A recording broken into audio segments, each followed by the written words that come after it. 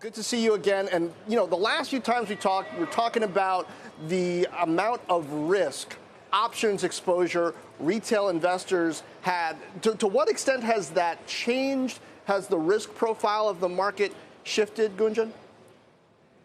It's changed big time. It's so funny. I was talking to an individual investor recently who said he's cashed out of some of his tech stocks and has turned to I bonds, inflation protected bonds. So I think that tells you everything you need to know about the risk profile right now of many investors. And as you mentioned, it has been a really, really pivotal moment for tech, one that has drawn comparisons to when the dot-com bubble burst in the early 2000s, where this decade-long dominance that we saw for this really important group in the market has all but come to an end, and many investors are expecting that to continue the rest of the year.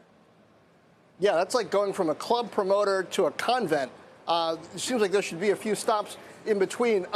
So where do we go from here, at least as far as the expectations you're hearing from people in the second half of the year? Lots of talk, questions about whether expectations on earnings need to come in. So based on both where you see retail investors and others positioned risk-wise versus where they were 6 months ago, to just the, qualitatively, I guess, what you're hearing, what do you think?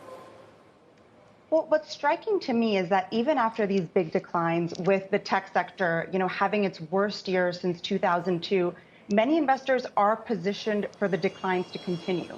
We've had, a decent rebound the past few weeks, but data I looked at in June showed that tech was still the most heavily shorted sector of the S&P 500's 11 groups. So people were still betting against Apple, Tesla, Amazon, Microsoft. At the same time, we've seen fund flows from growth funds and fund flows into value funds. So a lot of people are positioning for this regime shift that we've already seen in the first half of the year to continue to play out in the second half of the year. That's going to be interesting, Gunjan. I wonder, when you look at where yields are right now, we got the 10-year below 3 for the first time in a while. There's some chatter about 2.87, maybe 2.7. If it becomes clear that we're getting closer to that clear and convincing moderation in inflation and maybe a pause in September, how much is spring-loaded under some of these tech names, do you think?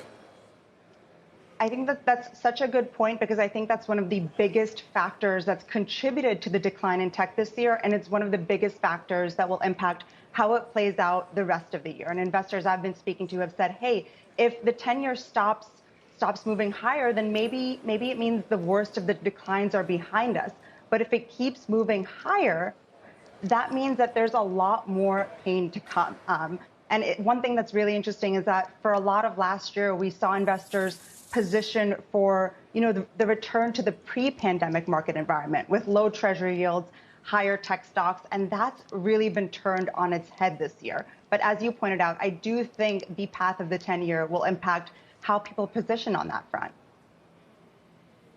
And Gunjan, you've had some great pieces on the retail investor and the amount of leverage in the system that they're specifically holding. What are you seeing now? Any metrics that give you an indication of what they're looking for? Maybe growth to I bonds as well?